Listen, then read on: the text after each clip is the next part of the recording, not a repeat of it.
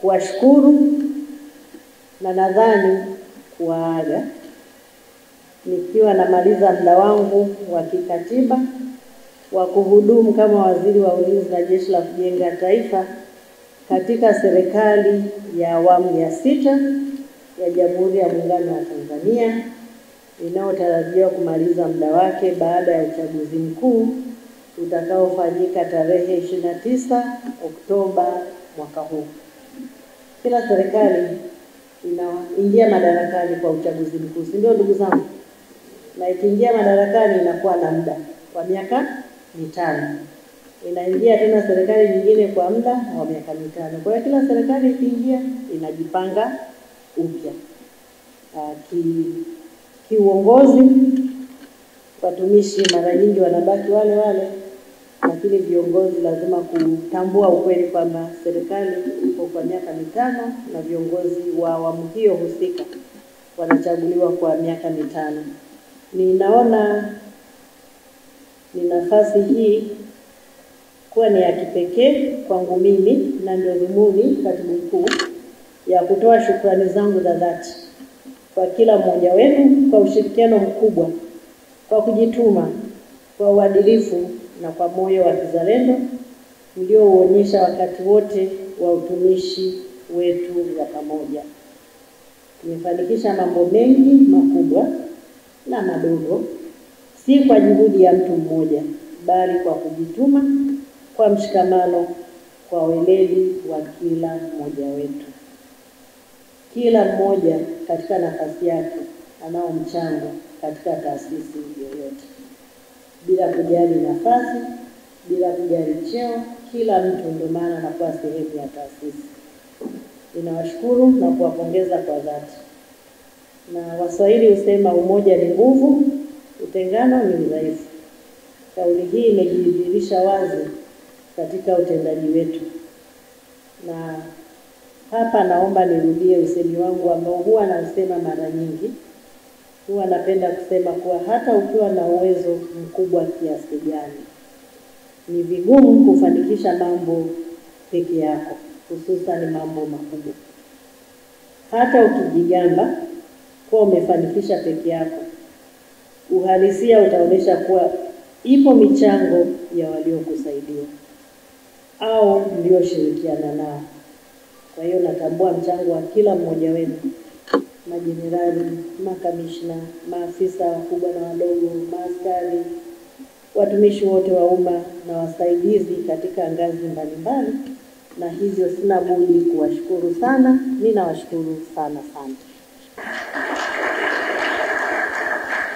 Napenda pia kwa heshima kubwa kutoa shukrani zangu za dhati kwa Mheshimiwa Dr. Samia Suluhu Hassan, Rais wa Jamhuri ya Muungano wa Tanzania na Amiri Jeshi Mkuu, kwa kuniamini na kuniteua kuhudumu kama waziri wa ulinzi na jeshi la kujenga taifa mara 2. Mara ya kwanza ilikuwa ni kuanzia Septemba mwaka 2021 hadi Oktoba mwaka 2022 ambapo nilihudumu kwa mwaka mmoja, na mara ya pili kuanzia Agosti 2023 hadi sasa ni Oktoba 2025 ambapo nimehudumu miaka 2 na kidogo. Kwa hiyo kwa ujumla nimekuwa katika sehemu ya wizara yenu kwa miaka 3. Siwezi kuondoka bila kugusia jambo moja la kihistoria. Ilikuwa ni heshima kubwa na ya kipekee kwangu mimi kuwa mwanamke wa kwanza katika historia ya Tanzania kuteuliwa kuwa waziri wa ulinzi. Nafasi hii haikuwa rahisi. Najua wazi kuwa wakati wa uteuzi kulikuwepo na baadhi ambao hamkuwa na imani kama mwanamke angeweza kuimudu au kumudu majukumu ya wizara hii. Lakini kwa neema ya Mungu na hasa kwa ushirikiano wenu tumefanya mengi na tumedhihirishia taifa na dunia kuwa uongozi na utendaji wenye tija na mafanikio haujali jinsia, bali unajengwa juu ya maono, kujituma, weledi, mshikamano, ushirikiano na uzalendo. Katika hotuba yangu mtahesabu, mtaona neno ushirikiano nilitumia sana, kwa sababu ninaamini katika ushirikiano. Teamwork ni muhimu sana, katibu mkuu. Sisi tumeweza kufanya yote haya, katibu mkuu, kutokana na timu, kwamba kila kitu tumekuwa tukifanya kwa timu. Lakini kiongozi pia unatakiwa uwe tayari kupokea ushauri kwa unaowaongoza. Kwa hiyo yote haya yametokana na ushirikiano na mshikamano. Natumai kuwa imani hii ya Rais na Amiri Jeshi Mkuu kwangu kuniteua kushika wadhifa huu na uzoefu uliotokana na mimi utakuwa mfano chachu kwa wanawake na wasichana wengi kuamini kuwa wanaweza kushika nafasi yoyote popote kwa weledi, kwa kujituma, uadilifu na uzalendo. Lakini mimi ni mfano mdogo sana. Mheshimiwa Dr. Samia Suluhu Hassan ni mfano wa kishindo na wa kupigiwa mfano. Kama Rais na Amiri Jeshi Mkuu hajatetereka. Amekuwa kiongozi hodari, ameiongoza nchi yetu kwa uhodari mkubwa sana.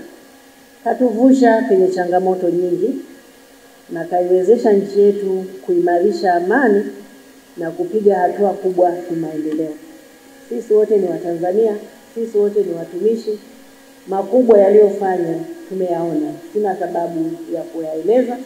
Na katika kipindi hiki cha uchaguzi, hata yale pengine ambayo tulikuwa hatuyafahamu katika sekta mbalimbali, tumepata fursa ya kuyafikia na kuona kwamba kweli mambo makubwa yamefanyika. Lengo la mimi kukutana na nyinyi leo, kama nilivyosema, ni kutoa shukrani. Katika jamii yoyote changamoto haziwezi kukosekana, ikiwa ni pamoja na kutofautiana, ikiwa ni pamoja na kukwazana. Pale ambapo kulijitokeza sintofahamu ya kutoelewana, naamini vilikuwa ni viashiria vya ari ya kazi, na pale tulipokoseana ni kwa sababu ya udhaifu wa kibinadamu. Tusameheane, tuendelee kupendana na tuendelee kuwa wamoja. Ndugu watumishi, katika kipindi hiki tunapoelekea uchaguzi mkuu, ni muhimu pia tukakumbushana kuhusu wajibu wetu wa kikatiba kama raia wa Jamhuri ya Muungano wa Tanzania. Kupiga kura ni haki ya kila Mtanzania, lakini kwa mzalendo ni zaidi ya haki, ni wajibu mahususi. Natoa wito kwa kila mtumishi wa Wizara ya Ulinzi, na naamini watumishi wote wa Wizara ya Ulinzi ni wazalendo, wakiwemo wanajeshi na watumishi wa umma, kujitokeza kwa wingi kushiriki kikamilifu katika zoezi hili la kizalendo. Tufanye hivyo kwa nidhamu, tufanye hivyo kwa heshima, kwa kuzingatia taratibu zilizowekwa na misingi ya utiifu usio na mashaka kwa mamlaka halali. Kwa kufanya hivyo, tutaendeleza tunu za taifa letu na tutasimamia misingi ya haki, usawa na demokrasia, ambazo ndizo nguzo za amani na mshikamano tulionao leo.